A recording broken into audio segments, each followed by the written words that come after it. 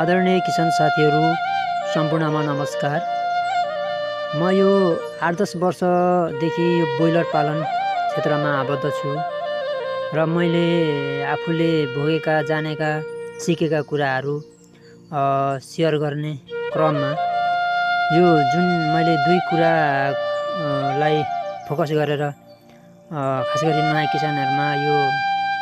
खोर निर्माण गर्दाखेरि सुरुमै चाहिँ यो काम गर्नुभयो भने तपाईहरुले पछि फेरि